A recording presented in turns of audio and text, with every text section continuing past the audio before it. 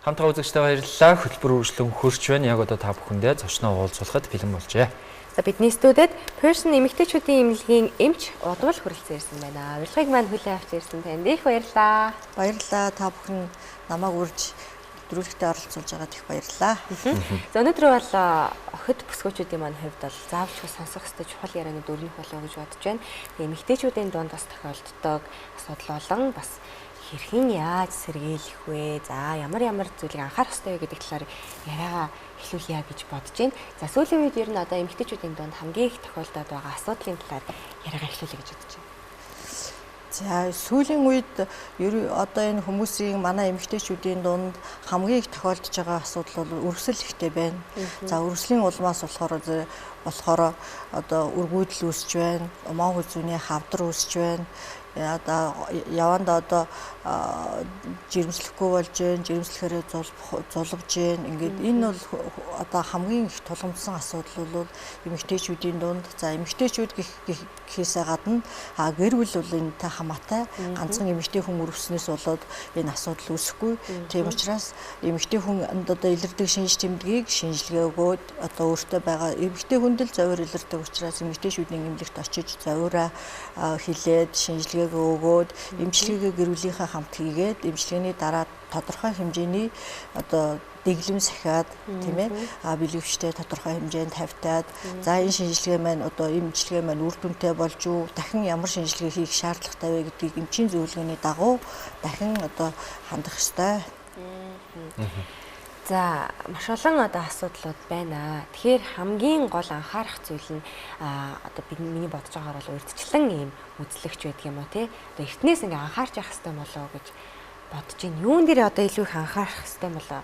Энэ өрөвсөлч байдаг юм уу тий? Бусад одоо энэ сөргүүр давруудаас тий. За ер нь бол хүн эхлээд урьдчилан сэргийлэх үзлэгт ер нь бол эмэгтэй хүн бол одоо зовир илрээгүй байхдаа 6 сарда нэг удаа одоо мазокын шинжилгээ, эсвэл PCR-ын шинжилгээ, энэ шинжилгээнүүдийг өгөхдөө хизээ өгөх вэ гэхээр зэрэг биенийхээ ямиг дөнгөж дуусны дараа өтрээгээ угаагаагүй, бэлгийн хавталд ороогүй, ямар нэгэн өтрээний угаалга хийгээгүй, баан тусамд ороогүй ийм үедээ одоо өтрээний өрөвсөл байна уу, умаан салтын өрөвсөл байна уу гэдгийг ганц одоо мэддэг үе нь бол энэ үе. Энэ үедээ бол 6 сар тутамдаа нэг өстө шинжилгээ өгөөд за шаардлагатай бол одоо умаа хүзүүн улаалтай байна гэд эмчилсэн бол хэрвээ эмчилгээний дараа шинжилгээ өгөх шаардлагатай гэх юм бол эмчилгээгээ хийчээд тодорхой хугацааны дараа эсийн шинжилгээ өгөх ёстой.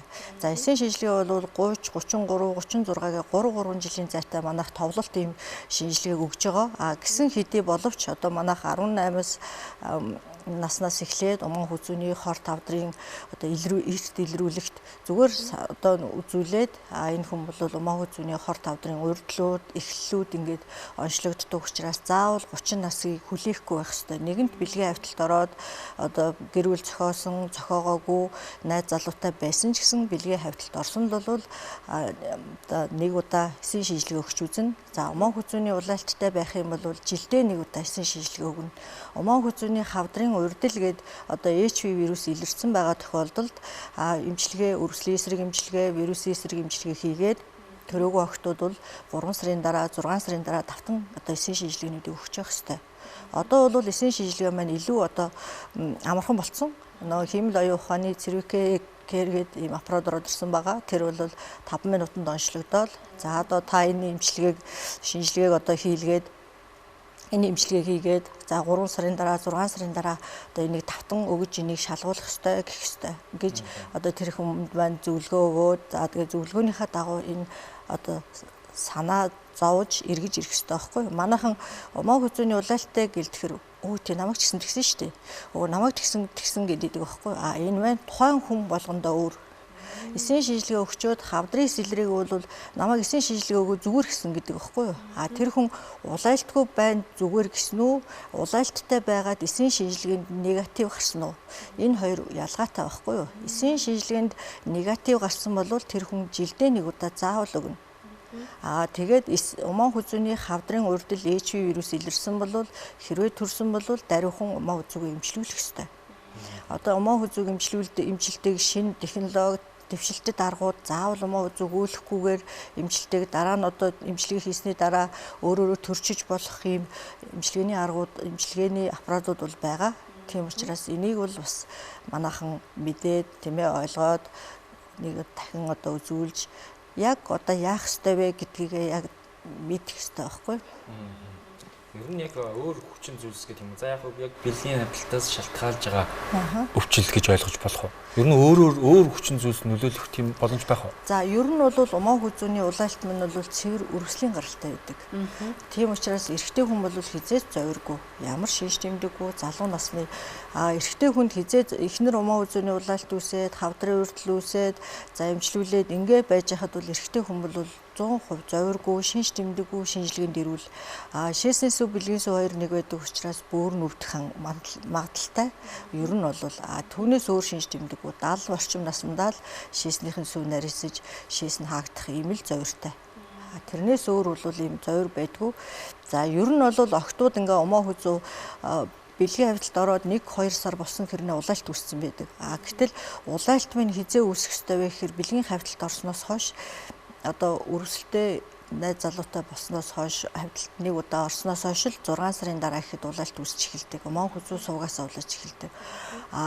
Гэтэл одоо төрөөгүй охтууд маань зөвхөн нэг удаагийн бэлгийн хавьтлын дараа умаа хүзүүнд улаачсан гэж үздэг. Гэтэл энэ охин бол анханасаа нөгөө умаа хүзүүний урвалт гэж байдаг.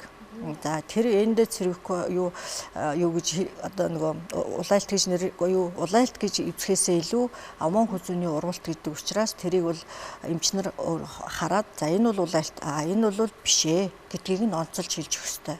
За дээрэс нь охтууд маань одоо бэлгийн хавьталд ороогүй жоохон одоо юм охтууд өтрэнээс нь үнэртэй юм гараад бэлгэрхт нь улаагаад заахтнаад ингээд зовиртой болдог.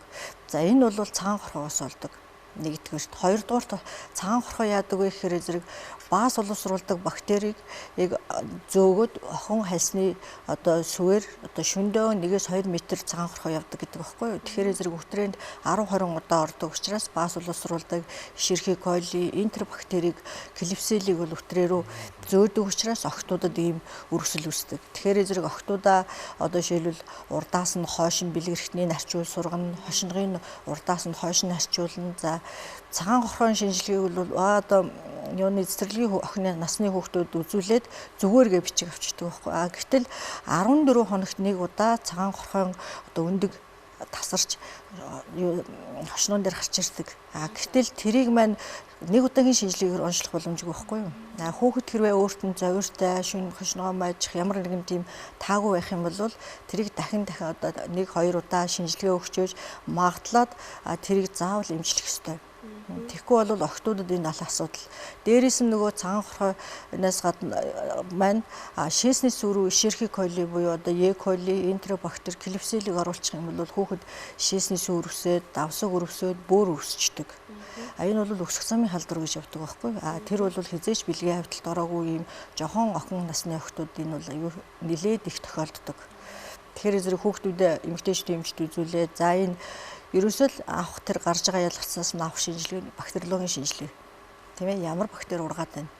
Нэрэн одоо энэ дээр тэр баас боловсруулдаг нь байна уу? Эсвэл өөр одоо агаарт байдаг стафилококк орж үржээд байгаа мó гэдгийг нь тодорхойлоод за тэр бактери илэрхээр зэрэг тэр ийм мэдрэг юм байна гэж гараад ирдэг байхгүй. Тэгээд тэр имээр нэмчилчээж тэр хүүхэд үр дүнтэй болно.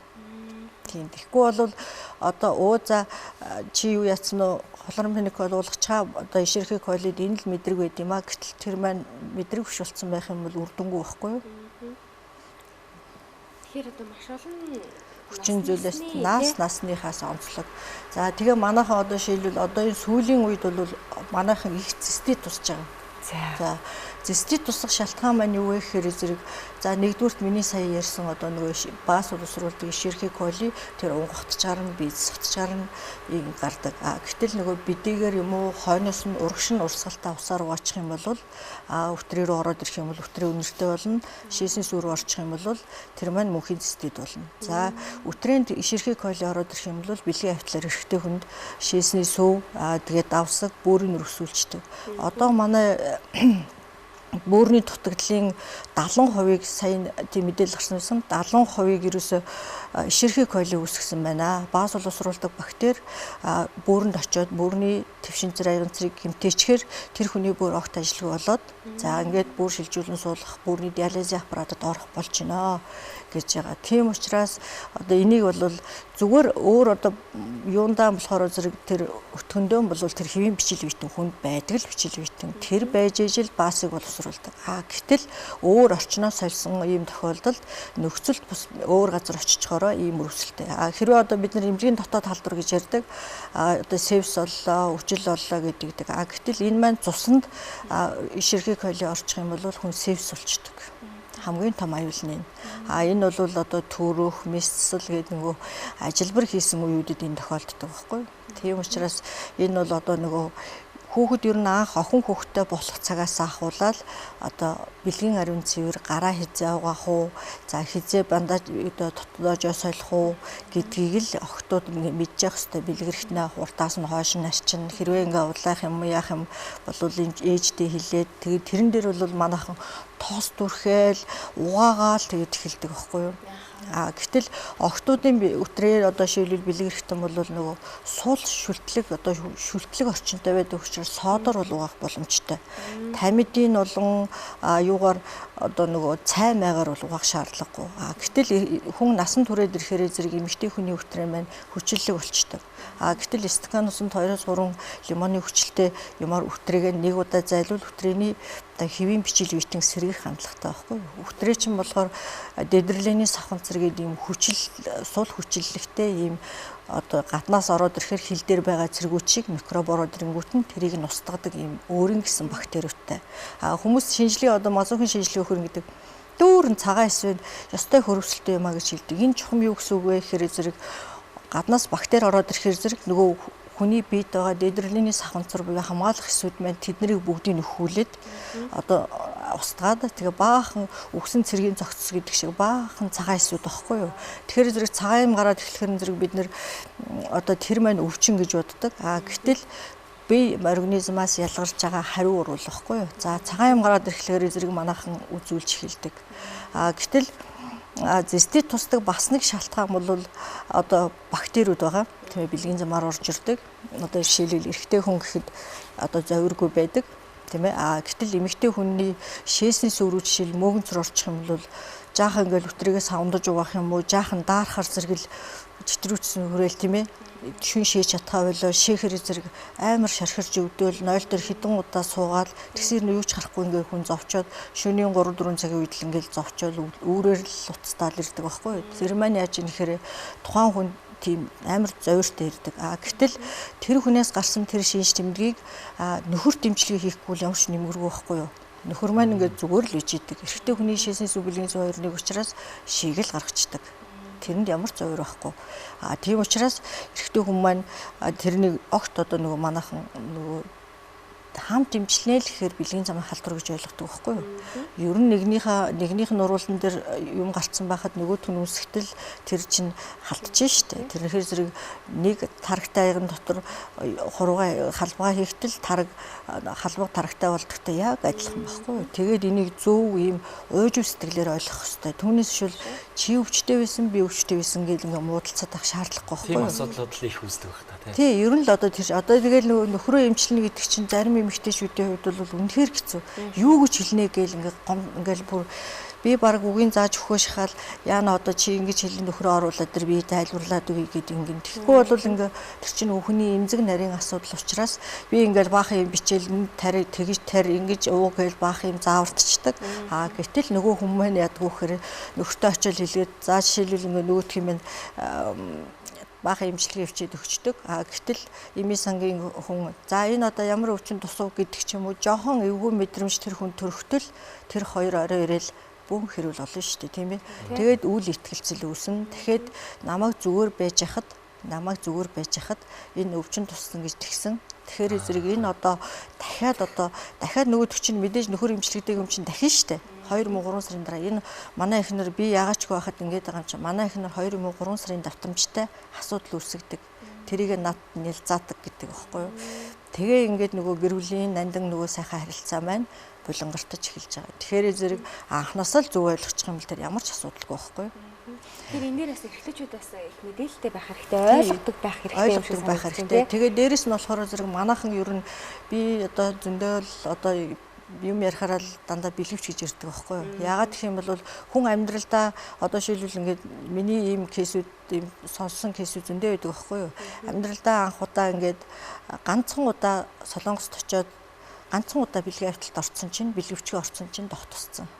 За ингээд 20 жилийн өмнө ингээд ингэсээр гад нөгөөх маань явлаа.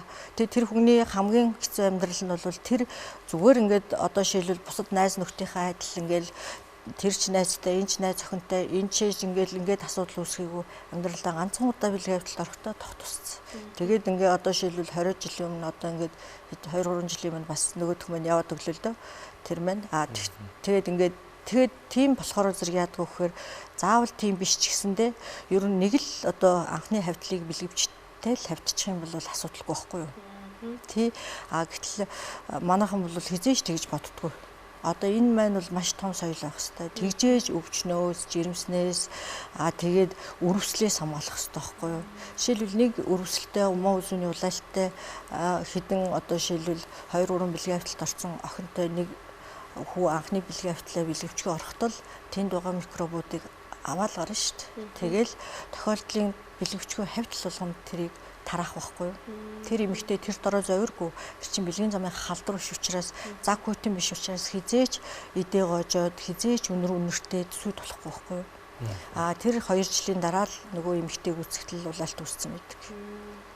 Тийм учраас энэ маань бол ерөөсөө л энэ одоо хүний хүүхэдтэй эрэгтэй эмэгтэй гэхгүй бүгдэнд нь суулгаж өгөх юм байхгүй. Би өөрийгөө л хамгаалж байгаа юм. Түүнээс шилбэл өөрийгөө хамгаалж байгаа тохиолдолд бол хожим одоо хүнтэй суугаа хүүхд даргаад найз охинтой боллоо, нөхөртэй боллоо гэхэд ямар ч асуудалгүй байхгүй.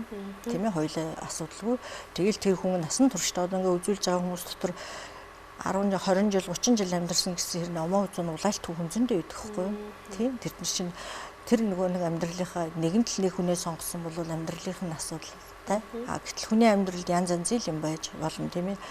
Тэр болгонд л одоо нөгөө яг тухайн тохиолдолд хоёулаа имчилгээ хийгээл хоёулаа дараа нь бэлгэвчтэй хавтаал за хоёулаа асуудалгүй болцсон бол дараа нь тэгж өрөвсөж асуудал үүсгэж ингэхгүй байхгүй. Ерөөсөө л эмчилгээ одоо жишээлбэл ингээл өсөлтгөө боллоо. За өөрийн хоолой битүүрлээ, жирэмсэн болохоо боллоо, зулвлаа. Энэ болгон чи ерөөсөө л хаанаас орж ирдгүү гэхээр зэрэг зөвхөн одоо нөгөө өтрэнээс орж ирдэг бактери өсөх замын өрөвсөл болж савны дотортлыг өрөвсүүлчих юм бол ураг орж ирээл суухаараа зэрэг яах нь эхний 3 сар болоод зулвчаад байх нь ш нөгөө өрөвсөлтэй ман хам дээр чинь ихсэн наалдаал тэндээсээ нөгөө одоо хамд арсетик залгаж байгаа шиг л тог авдаг шиг тэр тижэл нь байхгүй болохоор тэгэл зулвчна. За явж байгаад өрийн хоолыг өрөвсчих юм бол 90 бэлгээс бол 1 мм-ийг 100 хуасантай жижигхэн гэдэг. Тэгэл сум харуулж байгаа шиг дахиж очиод өрийн юм бэлгээс рүүгээ өрийн хоолойн төгсгөлд очиж орчдөг. Эргэж ирэхдээ нөгөө өнхрөөшний үлгэрээр 1 мм, 2 мм гэл явж идэл нөгөө хамгийн нарийнхан юм уу эсвэл өрөвсөн хэсэг дээр ирээл тэгэлчүүл санааг турах байхгүй. Тэгэл баруун 102 та 1-1 болчих юм бол за дахиад нөгөө жирэмсэн болохоо болчдөг. За тэгэхээр манайх одоо нөгөө шинжлэх ухааны техник ингээ хөгжөөд бид нар одоо нөгөө үр шилжүүлэн суулгах юм арга хэмжээ авч байгаа шүү дээ, тийм ээ. Үр шилжүүлэн суулгах маань үнэхээр одоо олон гэр бүлд ингээ аз жаргалыг бий болж байгаа. Гэтэл бас нэг сайн одоо шилжүүл ингээд эхний хараа шууд эхний 1 юм уу 2-ороо шууд ингээ хүүхдтэй болчдөг гэр бүл зөндөө байгаа. Тэд нар бол өрсөлгөө байгаа гэсэн үг.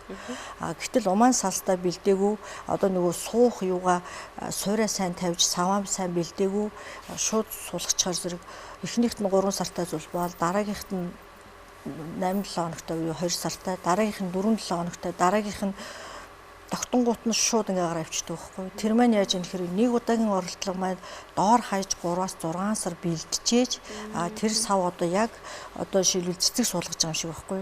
Хөрсөө бэлдэж бэлдэхгүй болвол тэгэл мулт яваадаг шүү дээ. Тэгэхээр нөгөө 4-5 суулгаал за одоо та тээгч их олно уу да гэж ярьдаг байхгүй. Тээгч их маань Монголд нөгөө хуулиараа одоо нөгөө бас яг зөвшөөрөг байгаа.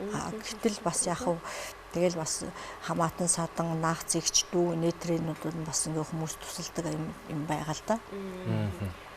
Шулан асуудал байна л да. Тэгээд хамгийн одоо ойлгосон нэг зүйл нь гэх юм бол урьдчилсан үзлэгт одоо ингээл сайн ороод байх юм бол тий ерөө цаашид гарах тэр олон асуудлыг л одоо баг дээр нь дараад авна гэсэн үг байна. Хоёрдугаар гэх юм бол бас одоо тий хамтран амьдрагч найз залуу нөхөр тий тэр хүмүүс нь бас ингээд сайн ойлгож явах хэрэгтэй юм байна. Бүх өвчин бас энэ бэлгийн замын одоо тий хавьтлын өвчин биш юм байна тий зарим зүйлс бас ингээ өөрөөр болдгийм байна. Гуравдугаарт бас цэвэр тий ариун бэлгийн ариун цэврийг бас сайтар сахиж явах хэрэгтэй юм байна. Охтуудаа тий багаас нь бас ингэж анхаарч явах хэрэгтэй байх шүү гэдэг мэдээллийг л өнөөдөр манай үзэгчид бас сайн ойлгож авч чадсан болов. Бидний цаг маш богинохон байлаа. Үргэлжлүүлээд бас дараагийнхаа дугаартаа үргэлжлүүлээ сайхан таны мэдээлэл хүргээсэй л гэж их хүсэж байна да. Манай үзэгчдэд бас таалагдсан болов. За би одоо ингэж хэлмээр байна л да. Манайхан одоо үзэгчтэй хандаж ингэж хэлмээр байна. Манайхан өтрийг маш их угаадаг. За өтрээ маань одоо би хэлсэн тийм ээ сул хүчлэг орчинтай. Тийм учраас бэлэг эрхтэн хүн нүдээ аниад нүрээ савндахтал нүд рүү сав орчдөг. Гэтэл би зөвхөн гадна бэлэг эрхтнээ угаадаг гэдэг. Гэтэл гадна бэлэг эрхтнээ бол тодорхой уусамлаар угаах боломжтой. Өнөр танараа шээсний өнөр энтрийг бол байнга дарж явах хэрэгтэй. Гэтэл тэрийг маш ихээр савндаж угаах юм бол өтрээний амсар маань юм одоо амаангас юм шиг юм эрэхтэй учраас тэр дороо л ороод тэр одоо орчныг өөрчлөөд мөгөн цөртүүлчихдэг байхгүй. Одоо манайхны юунд бол эмэгтэйчүүдэд хамгийн их мөгөн цөр байгаа. Тэгээд явандаа бол одоо нөгөө гадаадад ингээд их хэмжээний одоо антибиотик хэрэглэснээс болоод яадаг вэ гэхээр зэрэг уушигны хатгаа маань мөгөнцрөөр үүсгэж байгаа. Энэ бол бидний мөгөнцөр одоо эмэгтэйчүүдийн энэ мөгөнцөр маань дархлаа маань сулраад хэвийн бичил биетнээ бүгдийг устгачтай устсараа зэрэг оронд нь мөгөнцөр урагчдаг байгаа байхгүй юу. Тийм учраас угаагадаг шингэнэ одоо шилбэл орой гараасаа угааж агаад өдөр болгоно нөгөө өдөрт хэдэн удаа шийдэг эмэгтэй хүн шээх болгондоо цаасаар урдаас нь хойш нь харчдаг. Тэр болгондоо арьсан дээр нөгөө шээсний маань юу нөгөө яадаг учраас нэг юм уу хоёр өдөр бэлгэрхтнээ угаахгүй юм байхад бол шээс нүртдэг байхгүй юу. Тэгэхээр усаар урдаас нь хойш нь булгадаг, урдаас нь хойш нь одоо ингээд салфеткээр дарж арчих ийм л үйлдэлтэй байх хэрэгтэй. Түүнээс биш бол тэгээд нөгөө ашигтай бактериуд чинь болохоор зэрэг пробиотик, пребиотик гэдэг юм байдаг байхгүй. Тэг чинь эхлээд урт нөгөө пребиотикийг хийгээд дараа нь пробиотикийг хийгээд тэрийг байнга удаан хугацаагаар ингээд хэрэглэх боломжгүй байхгүй юу. Тэгэхээр өөрийнх чинь дарангуйлагчдаг. За тийм учраас энийг бол бас өтрээний угаалгыг бас бага хийх ёстой. Тэгээд дээрэс нь болохоор зэрэг за манайхан нэг юм байгаа нөгөө цуг цавны харыг арилгая гэдэг байхгүй юу. Цуг цавны хар бол хүн ингээл хараад одоо шилбэл за энэ ингээ хар юм байх юм бол за энэ хүн өндөвчин ажиллаж байгаа юм байна. Ягаад гэх юм бол тэр хүн даавраа ялгаруулаа суг цавь ингээ хар өөр өнгөтэй байх нэ. Жишээлбэл цэвэрсэн насны эмэгтэйчүүдийн суг цавь нь бол энгийн арьстайгаа л адилхан болсон байна. Тэгэхээр тэрнийг заавал лазардуулаад заавал ингээл байх шаардлагагүй. Тий. Эн чинь бол одоо яг нэг гоо сайхан талдаал болохоос биш тэр хүнийг лазердаа арилгачдаг 3 сарын дараа өндөвчин ажиллаж байгаа юм чинь дахиад харлаа шүү дээ. Тийм ээ. Яг энэ төрлийн мэдлэг бол бас байдгүй болов гэж бодож байна тий. Нэгдүгээр тийм байгаа. За тэгээд дээрэс нь болохоор зэрэг манайх ингээ вакс их хийдэг. Вакс маань хүсийг буруу ургуулдаг. За юуг нь арсын чочруулдаг. За уг нь бол одоо нөгөө яг байглаасаа бол хэрэгтэй л ус байхгүй тийм ээ. За гих мэтчлэн маш хэрэгтэй мэдээллүүдийг бол үзэгчтэй тэр дундаа охид бүсгүйчүүдтэй бол хүргэлээ тийм ээ. За шилжилт маань бас хэрэгтэй мэдээлэлсэн болов. Тийм тэгээ бас нэг охин хүүхэдтэй баг хүүхэдтэй айл үуч гэсэн маш сайн анхааралтай ажиллаж явах хэрэгтэй байх нь шүү дээ тийм ээ. Тэгээ бидний ярилцах хугацаа өндөрлөгт гэсэн маань тэгээд урилгыг маань хүлээн авч маш сонирхолтой хэрэгтэй мэдээллийг хүргэсэн танд маш их баярлалаа. За та бүхэн ч гэсэн баярлалаа. Танай телевизийн хамт олон баярлалаа. Ажлын их өндөр амжилт хүсье. Баярлалаа. Дараа бас үргэлжлүүлээд энэ ч одоо ярих маш олон сэдв байгаа лөө. Дахин уулзах болтугай гэж хэлмээрээ тий үзэгчд маань бас хэрэгтэй мэдээллийг хүргэлээ. Өнөөдрийн зочноор Person эмэгтэйчүүдийн эмнэлгийн эмч одоо л оролцлоо үзэгчтэй. Хөтөлбөрийн төрөд өндөрлөж байна. Маргаашийн цагт иргүүлцлаа. Тэр баяртай.